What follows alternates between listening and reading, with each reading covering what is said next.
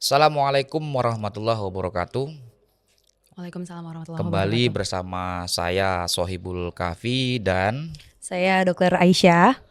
host Moncong Putih. Pada malam hari ini kita akan coba membedah secara tuntas kerusuhan 27 Juli atau yang kerap disingkat dengan Kuda Tuli.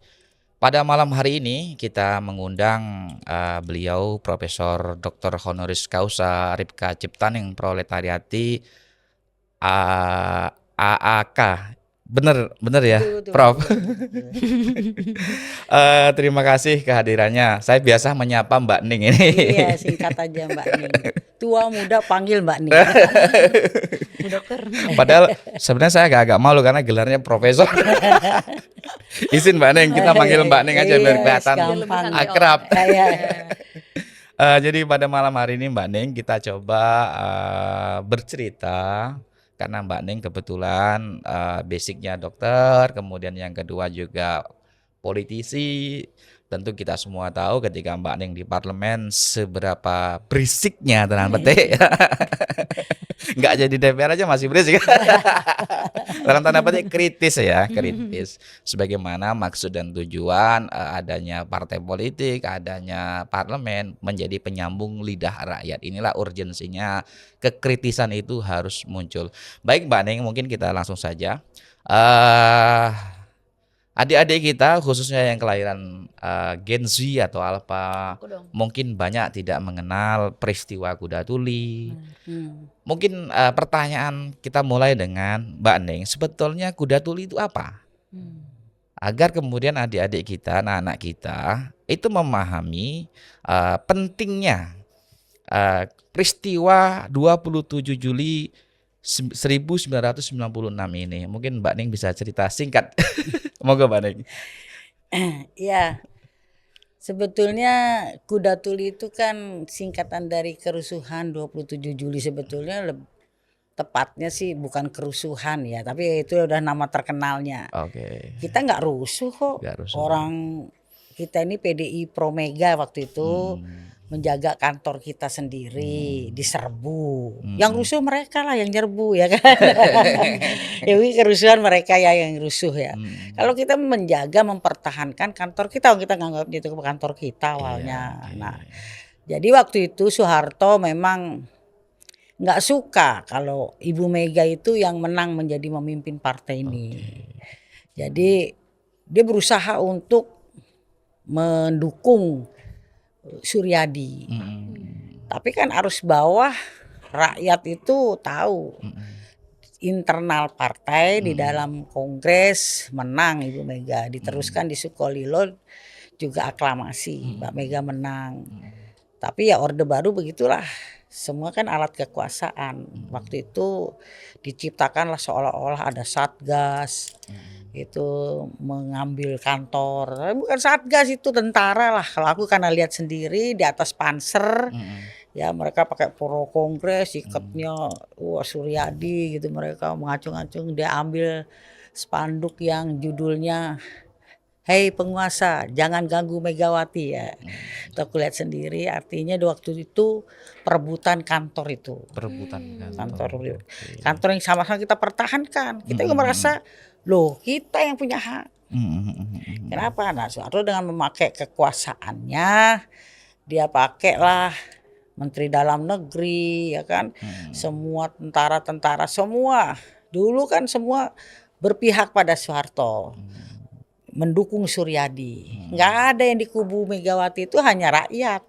Yang punya uang ada di sana, tentara ada di sana, birokrasi ada di sana, dari mulai RT, RW, lurah, camat, semua ada di sana. Jadi Mbak Mega itu didukung sama kekuatan rakyat aja. Nah, jadi itulah. Nah, tapi dibuktikan lah dengan kekuatan rakyat itu yang memang udah 32 tahun rakyat muak lah sama kepemimpinan Soeharto. Begitu muncul sosok Megawati dijadikan lambang perlawanan rakyat.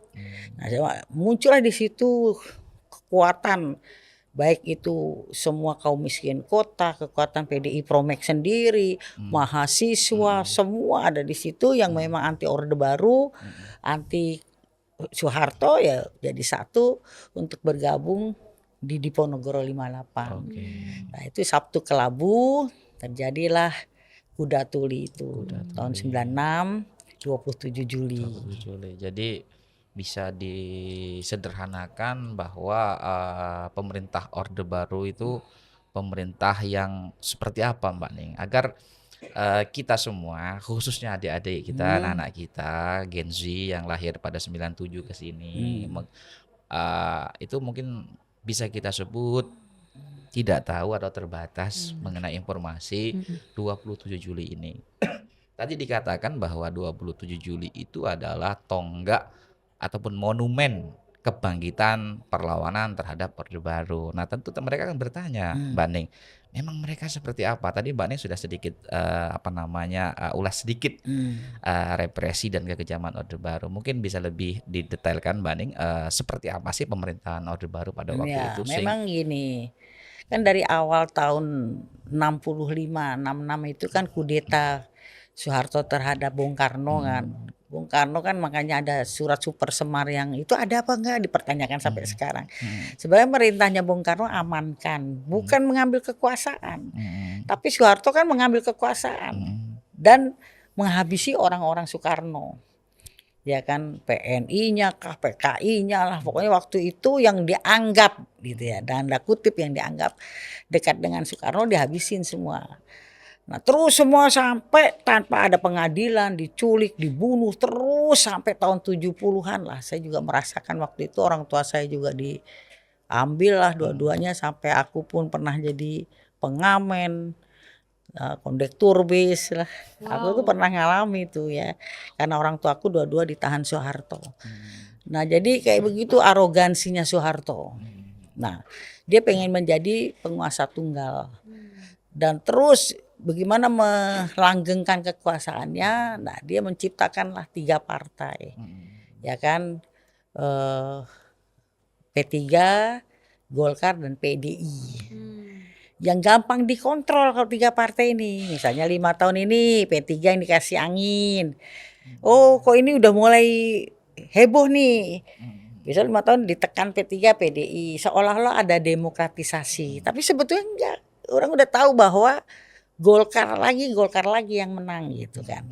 Itu sampai berlanjut berkuasalah Soeharto dengan kroni-kroninya itu, dengan korupsinya dan lain-lain sampai 32 tahun. Wow, crazy. Kita dulu kalau pemilu udah tahu. Jadi kalau dulu seminar-seminar di UI ya kan, bahwa tahu pemilu yang paling cepat itu Filipina. Kata 8 jam udah tahu hasilnya. Salah. Indonesia 5 tahun sebelum pemilu udah tahu hasilnya, bahwa Golkar lagi yang menang ya gitu. Oh besok Golkar lagi lah yang menang gitu.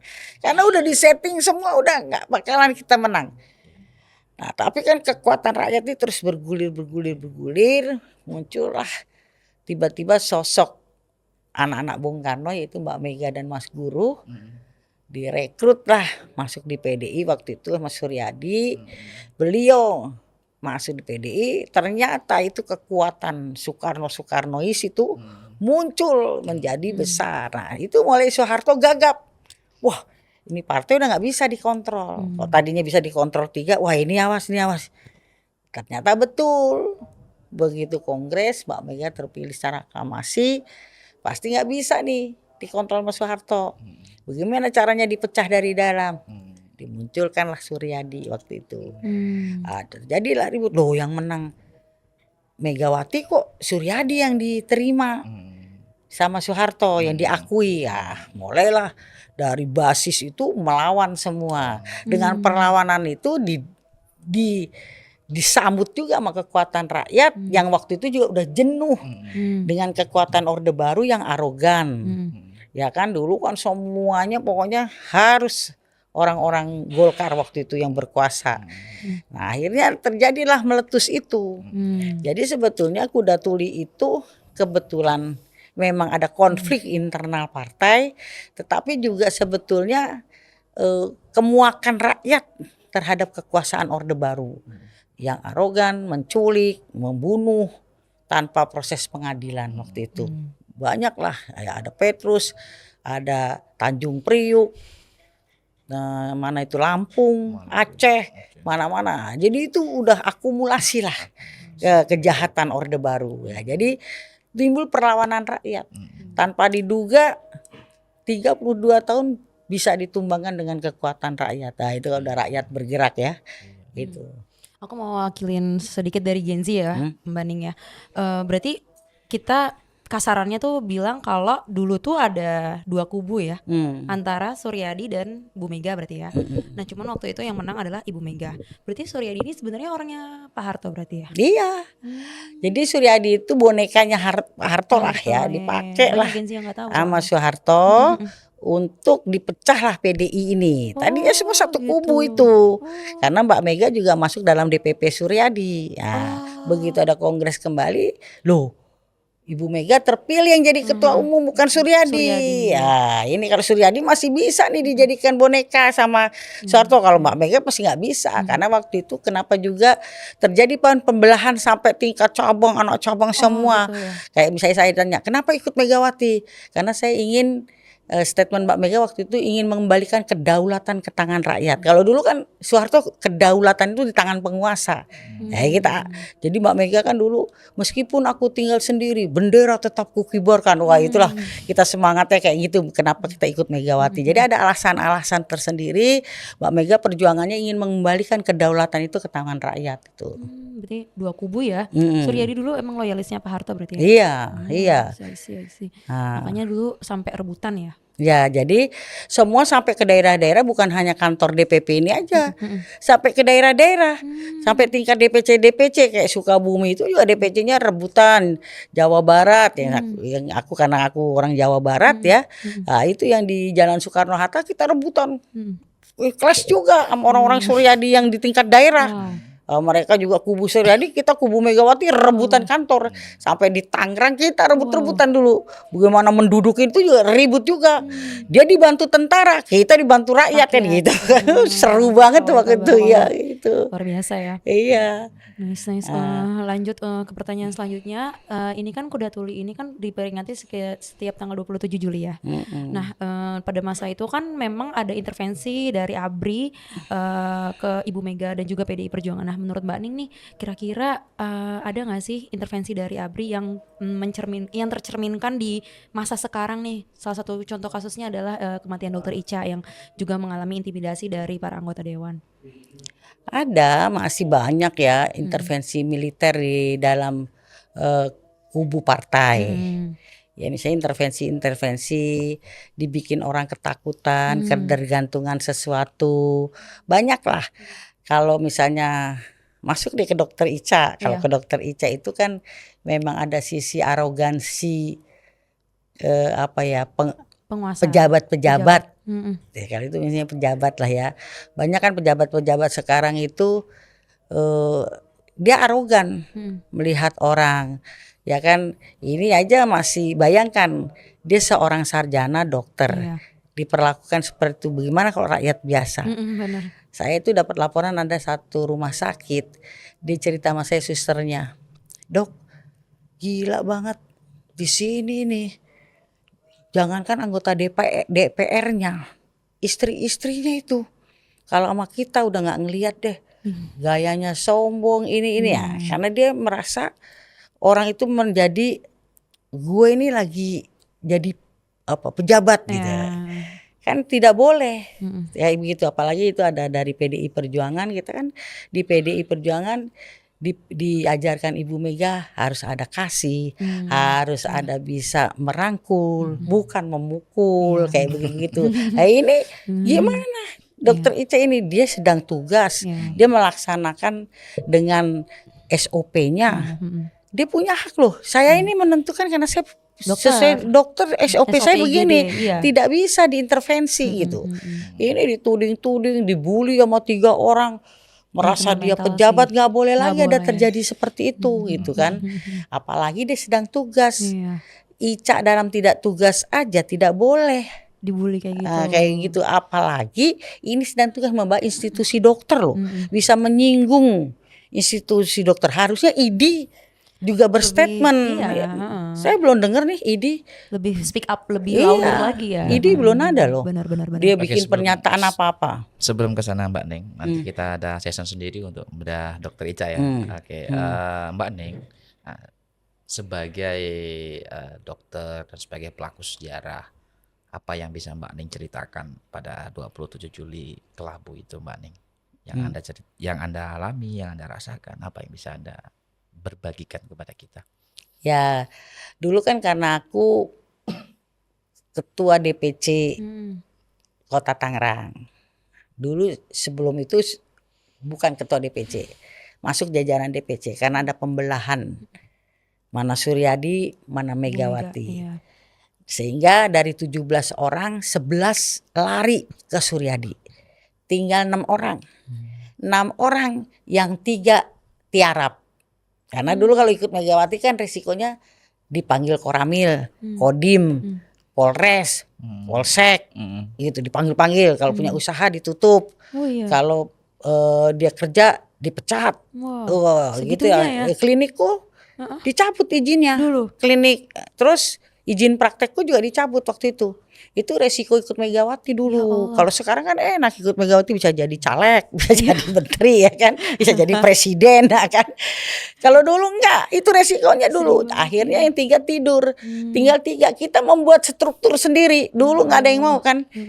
Kamu maksud DPC ya? Kita ikut Mbak Ning, kita pasti dukung Megawati. Tapi saya nggak mau di struktur karena resikonya itu Nggak dipanggil-panggil berani. Kodim gitu. Iya, Iya nggak itu kebayang resikonya sih. berat gitu. Wow. Nah jadi tinggal 3 kebetulan aku dokter. Sering kita kan sejak terjadi 20 Juni. Sebelum 27 Juli ada peristiwa Gambir. Apa tuh? Nah ini orang yang tidak tahu. Jadi kita dulu kumpul lah. Kita struktur mau ke Depdagri. Depdagri kan lewat Gambir tuh. Mau ke situ mau protes. Kita ini struktur membawa SK. Kita mengakui Megawati yang menang gitu. Tapi belum sampai Depdagri sudah dijegat di Gambir. Tentara sudah pasang apa itu pagar betis. Wah kita ribut di situ. Terjadilah chaos. Chaos aku aja diselamatkan sama Pak Pangat ketua DPC Jakarta Barat. Nah, karena aku dokter kan. Ini Bu dokter ini. Nggak mau tahu tentara kalau udah kayak gitu. Kalau udah ada perintahnya lawan. Dilawan aja orang hamil orang apa. Ada teman namanya Bu Ambar. Sampai gegar otak. Diinjek-injek. Udah mulailah kita dari situ kumpul lagi di Ponorogo 58. Kita orasi sejak itulah terjadi mimbar demokrasi. Terus tiap hari kumpul makin banyak orang dari mana-mana. Pada datang ya. Iya pada datang, makanan tuh datang sendiri tapi orang nggak mau nyebut dari mana. Gotong royong rakyat aja dari mana-mana. Aku dokter, Ibu Mega perintahkan nih kamu dokter. Jaga kesehatannya ya mereka. Ada Satgas Jawa Timur datang, Jawa Barat, Jawa Tengah, dari Makassar, dari mana-mana datang. Kumpul menjadi kumpulan yang lebih banyak. Nah, itu kan aku dokter di situ, ya aku jaga. Tanggal 26 itu habis sholat Jumat, kita sampai tutup jalan luar biasa waktu itu. Terus malamnya itu ada informasi Ibu Mega mau ke kantor DPP. Ternyata nggak jadi. Kira-kira jam 2 aku pulang lah. Pulang, rumahku di Ciledug kan. Jauh tuh. Di Ciledug Tangerang kan, jauh ya. Nah, udah dulu kan belum ada HP. Adanya pager kan. Starco itu ya kan. Nah kira-kira jam 5 lewat lah, 5 bunyilah. Kantor DPP PDI sudah diserbu dulu. Wah, jalan lari. Dulu kan kita nggak punya duit. Bagaimana caranya bisa sampai sini supaya nggak diminta duit sama kondektur? Ngamen lah kita kan gitu. Ngamen supaya sampailah di Salemba. Salemba jalan kaki, baru sampai di LBH ditarik sama teman-teman. Di situ udah ada Sopan Sopyan, ada Mas Agung, ada Bung Yakob, ada Pak Tarjo. Wah DPP udah jadi dibakar itu. Itu korban banyak. Banyak. Ya aku jadi dokter harus nanganin lah. Bagaimana ya sebisa-bisanya. Semua klinikku yang di dalam Ponorogo 58 udah hancur nggak ada. Mau ke Pramuka beli obat juga nggak ada. Udah jadi bakar-bakaran luar biasa Salemba itu. Akhirnya ada satu kawan PRD, lu ke klinikku ya di Ciledug gitu, pakai motor, ambil apa yang ada. Dan dia bukan dokter, diambil aja sembarangan. Benangnya nggak ada, biusnya nggak ada. Dia tahu aja pokoknya ada kayak jarum gitu, dibawalah. Akhirnya kita jahit pakai benang Astra buat baju. Ya Allah. Coba dong. mana coba kamu Nggak dokter kan pakai- pernah nggak ada diajarin dibikin gitu, ya? nggak ada kan? Hektik nggak pakai ini. Iya, bius ini ya? nggak pakai bius, nggak Ya Allah, pakai sakit alkohol. banget, nangis. Nah, itu nggak ada steril itu. Nggak kebayang. Waduh, udah. Infeksius banget Itu dok. sampai harusnya infeksius harusnya secara Iya. kedokteran kan. Sampai Pak Tarjo bilang gini, oh dokter Edan jahit orang pakai bius gitu. Udah Pak Tarjo langsung ke kantor DPP negosiasi pengen masuk, nggak bisa juga waktu itu. Kita tetap aku jahit di LBH. LBH mau diserbu. Aku langsung disuapin makan itu tahu sama Bu Christine namanya. Sambil jahit itu Munir juga almarhum ikutku jahit. Itu saksinya banyak tuh anak-anak yang itu. Aku inget tuh Mbak nih dijahit nggak pakai bius. Aku bilang kalau sakit bilang merdeka ya. Dan itu terjadi keajaiban Tuhan, itu luar biasa. 3 hari kan kontrol. Ini DPP kan udah hancur. Kontrolnya di Kebagusan rumah Mbak Mega kan. Di situ nggak ada pus sama sekali. Nggak ada yang infeksi, nggak ada yang nanah. Luar biasa nggak? Dan jahitan itu bisa kering. Wow. Coba kita di klinik aja kadang-kadang kurang steril dikit aja bisa bernanah. Iya, terus ada yang namanya Betty itu disundutin rokok. Kan dulu di Ponorogo ini tentara semua akhirnya kan. Ya itu yang aku lihat. Wah, luar biasa. Nah, jadi kita juga dilempar lagi ke truk kan. Itu kantor mau lihat. Sudah jadi angus semua. Anak-anaknya udah babak belur. Mbak nih, tidak boleh mengeluh, tidak boleh mengeluh. Kita juga dilempar ya kan, dari itu dilempar ke truk itu kan lucu banget udah. Kalau sekarang direnungin lucu, tapi waktu itu waduh minta ampun. Udahlah ke Polda, ditahan di situ. Jadi dulu resikonya kayak gitu. Dulu di hekting nggak pakai lidocaine, nggak teriak-teriak gitu. Enggak, gimana orang situasinya mencekam ya udah aku bilang kalau sakit bilang merdeka gitu aja udah itu. Waduh sakit itu kan. Bayangin itu. Nggak ada alkohol, Sedihnya perjuangan. nggak ada Ya Allah. lidokain Nggak ada ya kan lidocaine. nggak ada itu. Alkohol Nah swab juga jadi nggak aku ada ya? pernah ngalamin jadi dokter lega artis tuh, tidak lega artis. Bayangin tidak SOP. Gila sih. Nggak kebayang. Ya kan, masa dokter Ica digituin. Kita yang tidak SOP karena situasinya lain ya kan, yang beda. mukjizat di Iya, ada situ ya. mukjizat Tuhan. Itu aku heran sama sekali. Itu harusnya logikanya ya kalau secara medis itu udah ada pus. Wah, pus Udah lah, infeksi bukan parah. lagi. Oh, Ada itu luka dikit aja kita udah harus gitu pakai jarum lagi tetanus. buat yang lain lagi kan. Iya, campur. Iya, Ya dari Allah. mana lagi jarum satu-satu dari tumpul-tumpul ya kan. Itu di LBH saksi sejarah itu. Aduh anak-anak tuh ada yang diinjek-injek sampai kencing berdarah itu. Anak Jakarta Timur namanya Ratno. Tadi aku baru nemuin ada lagi. Dia tiba-tiba jaga di depan pintu itu. Dia digebuk. Dia pingsan disangkanya mati. Tentara waktu itu main sembarangan aja. Oh ini mati. Lempar ke truk. Masukin kamar mayat RSPAD. Ya Allah. Tiba-tiba dia bangun. Loh kok gue di kamar mayat? Tadi aku ketemu anaknya saja. Tak ceritain. Mas, gue diamin dia. Aku pas bangun, loh ini temanku Satgas aja. Nah makanya data meninggal, data hilang, data luka itu sampai sekarang tidak benar. Karena masih banyak hal-hal kayak gitu. Lah dulu yang dilihat kamar mayat itu kemana? Nah terus si kawan ini, dia abis itu dia mau keluar kan nggak bisa kamar mayat. Kok mujizat lagi nih. Tiba-tiba di RSPAD memang ada yang meninggal beneran. Mau masuk kamar mayat buka, susternya kaget. Loh ada mayat hidup. Dia juga kaget. Si suster kaget. Saking sama-sama kaget, langsung temen ini keluar lari ke Kebagusan. Ramai lah kita di Kebagusan. Kau dari mana? Aku habis masukin kamar mayat RSPAD. Habis itu diamankan lah di rumah. Pengurus juga di daerah Lampung kita umpetin di situ, takut dia jadi dicari karena ada juga satu orang ibu yang sumbing. Tadi kita habis ketemu teman-teman waktu aku sedang menjahit itu, dia peluk kakiku. Astagfirullahaladzim Mbak Ning, ada orang ditusuk mungkin bayonet karena waktu blambir itu nyemprot itu bukan nyemprot api, nyemprot darah banyak supaya tidak kelihatan ada pembunuhan di situ. Seolah-olah memang kebakaran. Padahal sih darah disemprot. Nah, Terus ibu itu sumbing kan, sampai udah agak tenang, udah agak tidak represif. Ku cari itu sampai sekarang nggak muncul. Kemana ibu itu?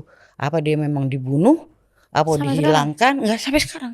Nggak ketemu. Nggak ketemu. Aku tuh masih ingat benar mukanya itu. Harusnya kita bikin jalangkung kali ya, dipanggil gitu. Di mana dia? Tapi biasanya kalau mau 27 Juli Luar di situ malamnya suka ada aja ya. ya ada aja. Nah, jadi itulah cerita-cerita kayak gitu. Aduh, luar biasa dulu itu di Diponegoro 58 itu. Anak-anak itu masih pada kalau mau 27 Juli ini kita pada ngumpul inget cerita waktu itu. Dulu umur berapa sih Mbak Ning dulu tuh? Aduh, umur berapa ya? Masih muda sih aku kan. Enggak lah, udah anak udah Udah 5. anak. 5. Yang dibawa di Polda itu kan yang khususi 32 hari anak kelima. Oh, anak kelima, wow. Menyusui di dalam penjara ya. Iya. Kebayang. Oke Mbak Neng, Biasa. di saat-saat itu juga banyak rumor ada operasi ingin membunuh Ibu Megawati. Terlihat ada yang sebut saja Pak Harto cukup terganggu dengan adanya Ibu Megawati. Apa yang bisa Mbak Ning ceritakan di titik ini? Jelas lah. Karena kan sejak Soeharto berkuasa itu ada istilah desoekarnoisasi. Tidak boleh lah ada ajaran tentang Bung Karno. Jangankan ajarannya, sebut nama Soekarno aja tidak boleh. Kayak haram banget ya. Ya haram sekali, sangat haram. Sehingga sampai tentang lahirnya Pancasila aja kalau bisa nama Bung Karno tidak ada. 18 Agustus penggalinya Muhammad Yamin sampai siapa gitu kan. Jadi bukan Bung Karno 1 Juni kan, ini baru sekarang sini baru kita mulai itu sejarah kita betulkan, kita gaungkan kembali. Nah, dia udah pasti pikir kan Soeharto, waduh. Kalau Megawati ini putri Bung Karno yang muncul. Yakin sekali Soeharto itu kalau putri Bung Karno ini muncul pasti akan menjadi orang besar. Bener lagi. Bener ya, kan jadi presiden. Sekarang. Iya, Gelora Bung Karno Iya. muncul lagi. Pancasila bisa kita peringati 1 Juni. Kan itu jadi itu yang dikhawatirkan Soeharto memang betul. Tapi kan Tuhan juga tidak tinggal diam. Iya. Akhirnya kan juga melindungi Mbak Mega yang mau di bagaimanapun Mbak Mega itu gimana ya, sakti loh. Bener kalau aku bilang orang yang iya yang berkhianat itu sampai sekarang teman-teman yang lari ke Suryadi kah, yang pindah partai kah, nggak jadi orang tuh, belangsak semua hidupnya. Kalau nggak sakit tersiksa hidupnya susah. Oh, coba belum pernah kulihat jadi orang sukses, enggak, pasti susah. Nah jadi itu pun niat-niat jahat ke Mbak Mega nggak bisa tuh. Mental semua ya. Mental. Mbak Mega tuh juga banyak prihatinnya lah, juga banyak biar gimana pun. Nah jadi itu nggak bisa dibunuh. Aku dari Gen Z mau nambahin pertanyaan sedikit. Kenapa sih Pak Harto kayak segitunya banget sama Bung Karno? Iyalah. Kan bukannya mereka dulu deket ya? Ya bawahannya Kan terus kan. Itulah namanya kekuasaan ya. Kalau udah mau direbut itu ya dia terus pengen berkuasa terus lah. Berarti iri ya? Ya, iya Bisa sampai dibilang iri. iya kalau kekuasaan bukan hanya iri aja ya, pengen berkuasa tuh Ambisi. ambisi boleh, tapi udah ambisius kan udah repot. Iya kan? sampai merugikan orang lain itu yang nggak baik sih. Itu sampai Bung Karno sakit pun tidak boleh mendatangkan dokter. Masa? Waktu di Wisma Yaso itu sampai meninggalnya pun Bung Karno tidak boleh berhubungan dengan keluarga. Kasihan banget sih. Anak-anaknya juga termasuk Ibu Mega tidak boleh kuliah, sampai segitu jahatnya. Iya, Bu Mega tuh tidak boleh kuliah. Itu Ibu Mega tahu. Nah, jadi sebegitu jahatnya masa sih kita. Unpad. Nah, itu anak muda harus tahu seberapa jahatnya Soeharto sampai anak-anaknya dikorbankan juga. Gila, kalau dia mau tidak suka Bung Karno, misalnya Bung Karnonya aja. Ini kan sampai anaknya semua. Bung Karno nggak pernah dapat apa-apa dari negara ini, nggak ada lah. Kasian banget gitu. Sih. Ya. Oke, Mbak, kita lanjut dulu. Dari 27 Juli, selanjutnya apa yang dilakukan Ibu Mega? Kan kantor sudah diambil alih nih sama Suryadi. Kalau kita lihat dari peristiwa ini, keberpihakan polisi di situ jelas. Suryadi mengambil alih, lalu kemudian diberikan kepada, kalau saya tidak salah, Hamami, Polda pada waktu itu. Dan juga di sini kan kita bisa melihat aktor-aktor yang bermain, ada Sutioso kalau saya tidak salah, nanti Mbak Neng bisa luruskan. Yang kedua ada Hamami, Polri atau Polda istilahnya dulu Mbak Neng. Polda ya. Polda, dan kemudian ada Pak SBY pada waktu itu. Nah, Mbak, dari peristiwa ini Mbak, Ibu kan, pertanyaan pertama, apa yang dilakukan Ibu? Yang kedua, mimbar demokrasi ini sebagai wujud apa? Kenapa kemudian di sini dukungan begitu kuat? Kalau saya tidak salah, di titik inilah kemudian kekuatan penindasan yang dialami Ibu ini menjadi sesuatu kekuatan yang mengkristal. Bahkan orang kerap menyebut ini adalah sebuah monumen perlawanan atau monumen kebangkitan nasional. Pripun, Mbak? Iya, itu kan tadi yang udah gue bilang bahwa akhirnya sebenarnya kan ada bilang gini, loh lucu ya, yang bertikai kan PDI antara Megawati Suryadi kok, tapi akhirnya kok aktivis-aktivis yang dikejar kayak PRD apa ya, karena itulah mainannya Soeharto ya kan, karena tahu terus diambil lah, karena dulu kan yang ada di Diponegoro 58 tuh bukan hanya PDI Promek aja, mahasiswa, kaum miskin kota, buruh, tani, nelayan, ada pokoknya di situ. Termasuklah organisasi-organisasi muda misalnya kayak Pijar, Aldera, PRD, Mari, semua ada di situ lah. Oh, semua dulu kumpulan. Nah, semua karena sudah muak dengan Orde Baru. Sehingga muncullah Megawati dianggap lambang perjuangan rakyat atau ekstrimnya lambang perlawanan rakyat. Itu akhirnya dijadikanlah 27 Juli itu seperti kebangkitan kekuatan nasional lah kayak begitu. Nah, malah jadi kalau aku anggaplah 27 Juli itu cikal bakalnya reformasi. Sehingga harusnya itu bukan 27 Juli sebenarnya bukan hanya milik PDI Perjuangan. Ini milik bangsa. Kalau tidak ada 27 Juli tidak ada reformasi. Kalau tidak ada reformasi, tidak ada anak buruh bisa jadi gubernur, anak petani bisa jadi bupati, anak tukang kayu bisa jadi presiden. Nggak ada. Itu kan walaupun berkhianat juga gitu kan. Ya artinya kan itu ya kan, itu karena emang 27 Juli itu cikal bakal reformasi. Semua dulu kan wah pasti Golkar deh yang jadi bupati, pasti RT RW Golkar, lurah Golkar gitu. Tapi kan karena ada reformasi terjadi ada perubahan yang dahsyat. Dulu kan perjuangan multi partai dan cabut di fungsi ABRI. Nah makanya nggak boleh lagi nih ABRI sama Polri harus jadi satu nih. Sekarang kan ada ribut-ribut ini juga harus kita lawan juga. Pokoknya tidak boleh Polri sama ABRI jadi satu. Nah jadi itu dulu 27 Juli seperti itu. Segitunya ya. Wow, luar biasa. Nah, coba kita lebih dalam Mbak. Saya kebetulan juga bukan aktivis yang banget tapi saya pernah mantan aktivis waktu kuliah. Yang kemudian menjadi salah satu imajinasi atau problem di dalam pikiran gerakan mahasiswa cenderung adalah bagaimana mempersatukan sebuah ide, Mbak. Pertanyaan yang sama. Bagaimana kemudian dari kezaliman pemerintah terhadap Ibu Mega ini mengkristal menjadi satu kekuatan? Kan di sini tidak hanya Ibu Mega, di sini ada Gus Dur perwakilan dari NU, ada kalau saya tidak salah Mbah Nun pada waktu itu, ada juga dari PRD teman-teman mahasiswa. Nah, mereka ini memiliki satu kesadaran untuk gerak serentak. Oh ini harus dibantu. Oh ini kita sudah muak. Mbak Neng melihat tidak pada waktu itu proses konsolidasinya seperti apa, proses-proses menyatukannya seperti apa, agar kemudian menjadi sebuah imajinasi bagi adik-adik kita, teman-teman kita, mahasiswa-mahasiswa aktivis kita yang hari ini juga mereka sedang digodok dalam kawah candra di muka ini, Mbak Ning. Pripun, Mbak Ning? Jadi kegamangan nasional itu memang pernah terjadi, tapi apapun pasti memang yang diawali dari PDI karena yang paling merasakan dibelah kita kan. Jadi kalau sekarang ada perpecahan partai kita ketawa aja. Kita mah udah lebih dari itu dibelahnya ya kan. Ini pecah, kita udah sering dipecah-pecah lah. Tapi karena kehebatan Ibu Mega ya tetap kuat lah PDI Perjuangan.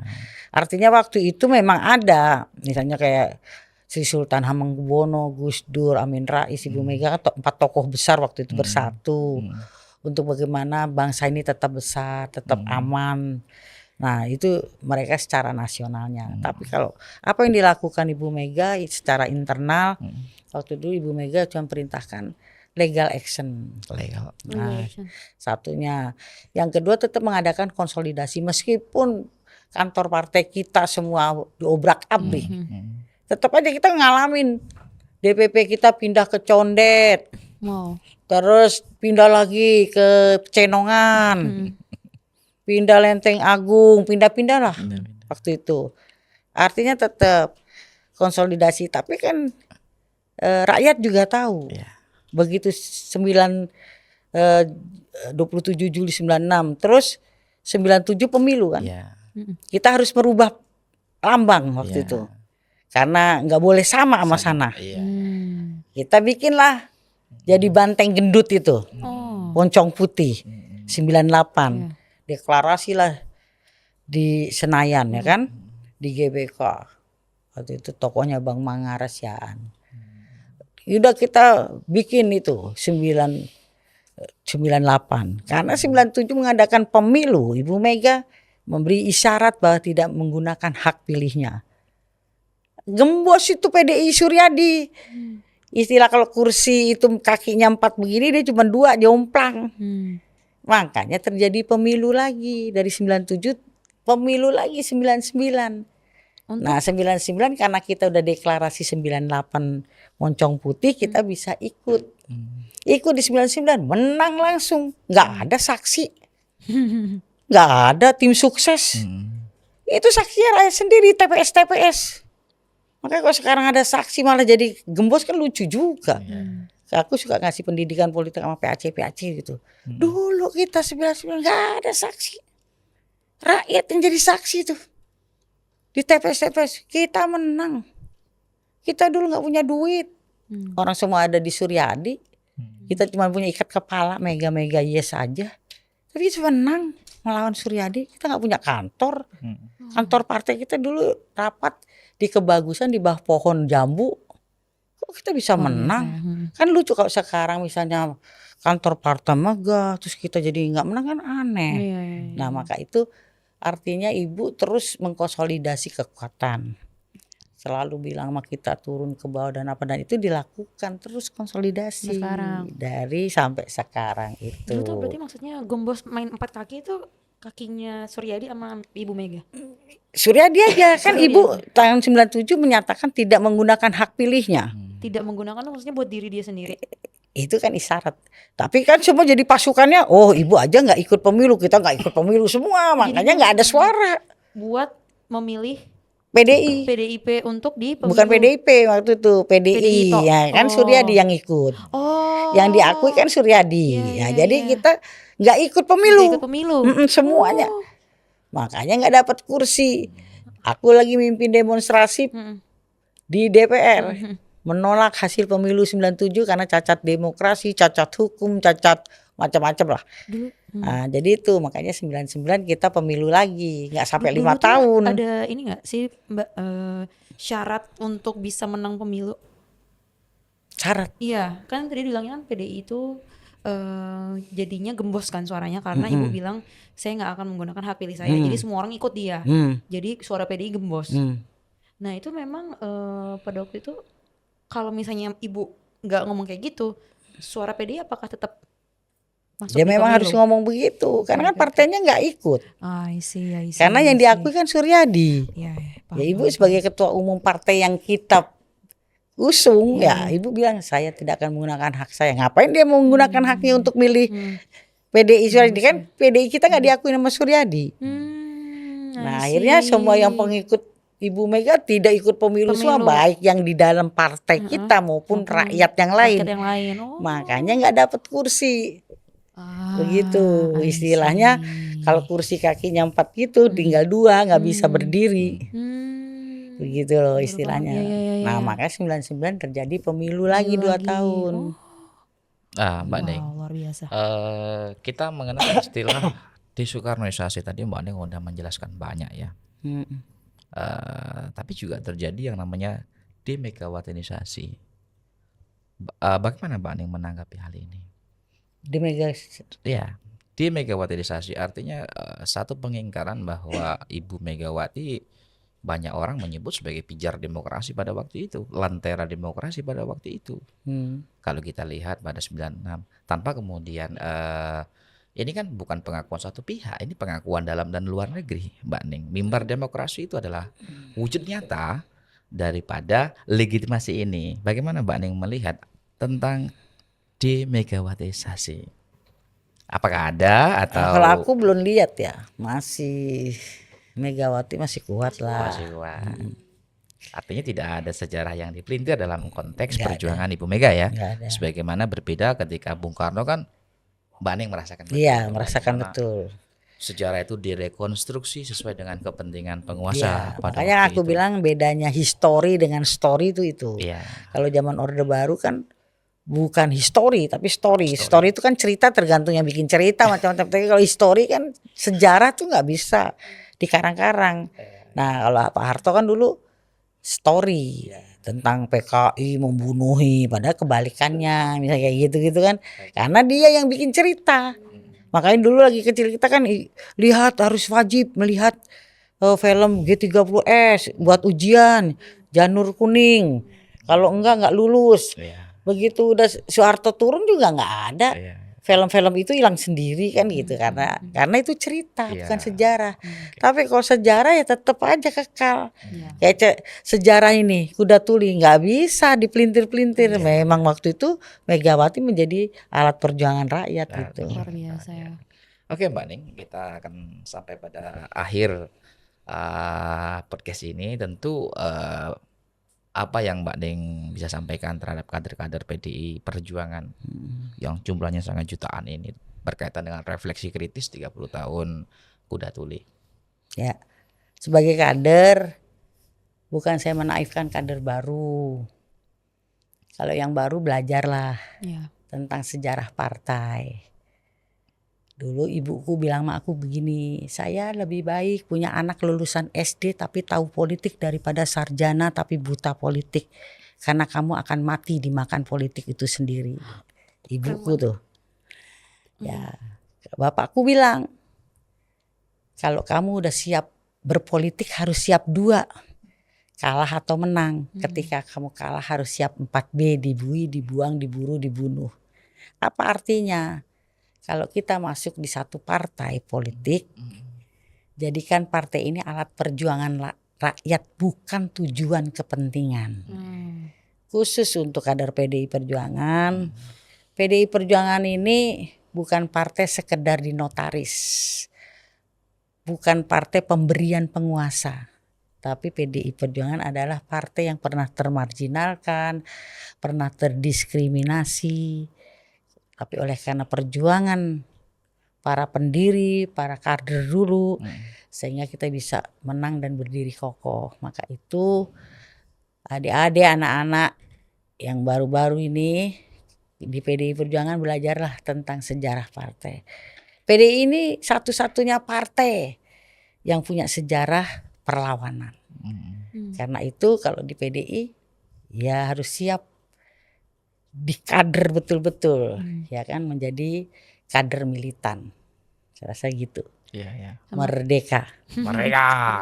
Terakhir nih dari aku sebagai perwakilan Gen Z, apa pesan Mbak Ning untuk anak muda Indonesia? Ya itu anak muda Indonesia, kalau mau jadi banteng nggak boleh ngambek, banteng nggak boleh marah, nggak boleh baper, tapi banteng itu harus maju ke depan, harus punya tujuan yang jelas. Karena partai itu, politik itu garis tegas, bukan fleksibel. Kalau fleksibel menjadi orang oportunis. Iya, setuju. Yeay, bagus banget pesannya guys. Luar biasa. Baik pemirsa Mojang Putih, telah banyak dijelaskan oleh Profesor Dr. Honoris Causa Ripka Ciptaning Proletariati AAK. Apa yang dipaparkan kembali mengingatkan kita tentang trilogi PNI, bagaimana menjadi kader yang mempelopori, menjadi kader yang mengimami, bukan membebek. Yang kedua, PDI Perjuangan memiliki genealogi yang panjang. 1927 adalah genetik daripada PDI Perjuangan yang kemudian difusikan pada 1973 oleh Harto pada waktu itu. Dan akhirnya apa yang dapat kita berikan kepada kita semua bahwa sejarah tidak akan pernah berulang tetapi berpotensi untuk terjadi kembali. Yang menjadi penting untuk kita bersama tentunya agar kita tetap menjaga dan merawat demokratisasi negara kita, yang dimana kita melihat pada pemilu 2024 hukum, aparat penegak hukum terlihat dengan gamblang dijadikan sebagai alat kekuasaan untuk mengikuti selera kekuasaan. Ini tentu menjadi sebuah alarm yang sangat buruk, dan disinilah kita kembali pentingnya meneguhkan sikap-sikap dan pilihan yang paling demokratis. Terima kasih Mbak Ning. Mudah-mudahan ini bermanfaat untuk kita semua. Kita tutup dulu Mbak Ning. Yes. Assalamualaikum warahmatullahi wabarakatuh. Merdeka! Maria. Merdeka.